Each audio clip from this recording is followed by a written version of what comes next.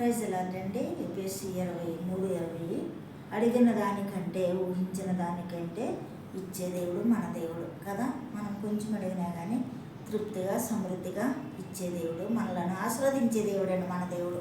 కాబట్టి మనము అడిగినప్పుడు మనము ఏ విధంగా అడగాలంటే మన భోగభాగ్యాల కొరకు కాదు కానీ మన అవసరతల కొరకు అడగాలి. అడిగినప్పుడు దేవుడు తప్పగా సమృద్ధిగా నీకు ఇస్తాడని అవసరతలో తీరుస్తాడు. చూడండి, అబ్రహాము గుడారములలో ఉన్నప్పుడు ఒక బిడ్డను అడుగుతున్నాడు. అబ్రహాం బిడ్డలు లేరు కదా, మరి వృద్ధులైపోయారు. సారా అబ్రహాం బిడ్డలు లేరని బిడ్డను అడుగుతున్నాడు. దేవుడు అబ్రహాములో నిన్ను అబ్రహాంతో అంటున్నాడు, దేవుడు ఆకాశ నక్షత్రము కంటే ఎక్కువగా ఈ సంతానాన్ని దీవిస్తానని అబ్రహాంతో దేవుడు అంటున్నాడు కదా. ఊహించిన ఆకాశ నక్షత్రాల కంటే ఎక్కువగా సంతానాన్ని దీవిస్తున్నాడు అంటే మాటలండి. ఆకాశంలో నక్షత్రాలు మనం లెక్కించలేము కదా. ఆ రీతిగా నేను బిడ్డనే అడిగాడు అబ్రహాం. కాకపోతే ఆయన ఏమన్నాడంటే ఆకాశ నక్షత్రముల కంటే ఎక్కువగా నేను నిన్ను దీవిస్తానంటున్నాడు.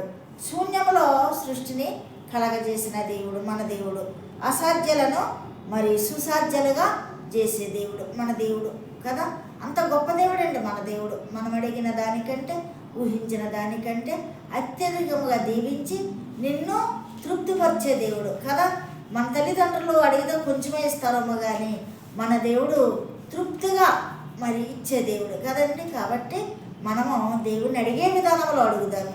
చూడండి, చాలామంది దేవుడిచ్చిన ధనాన్ని అనవసరంగా క్లబ్బులు కానీ షికారులు కానీ మళ్ళీ సినిమాలు కానీ అని ఖర్చు పెడతారు. ఆ రీతిగా ఖర్చు పెడితే దేవుడు రెండోసారి దీవించడండి. ఎట్లా అంటే మన అవసరతలు తెలుసు, మన అక్కర్లు తెలుసు దేవుడికి. ఆ అవసరతను బట్టి నిన్ను అత్యధికంగా దీవిస్తాడు. అందుకే మనం ప్రార్థించినప్పుడు జాగ్రత్తగా ప్రార్థించాలని ఉందో వాక్యం కదా. జాగ్రత్తగా అడుగు. అడిగిన దానికంటే అడుగుడి మీకు ఇవ్వబడను, తట్టుడి తీయబడను, వెలగడి దొరుకును. అడుగు. కానీ నువ్వు ఏ విధంగా అడుగుతున్నావు అది దేవుడు నీ అవసరం బట్టి నువ్వు అడుగు. అడిగినప్పుడు నీ అవసరతలన్నీ తీర్చి నిన్ను తృప్తిపరిచాడు. మళ్ళీ తృప్తిపరిచే దేవుడు కదా. కాబట్టి మనము ఆ విధంగా అడుగుదాము. ఆ విధంగా మనము పొందుకుందాం ఆశీర్వాదాలను. ఈ పరిశుద్ధ వాక్యం దేవుడు దీవించుగాక. సబ్స్క్రైబ్ చేయండి, లైక్ పట్టండి, అన్న మినిస్ట్రీ గురించి ప్రార్థించండి. ఆమేన్.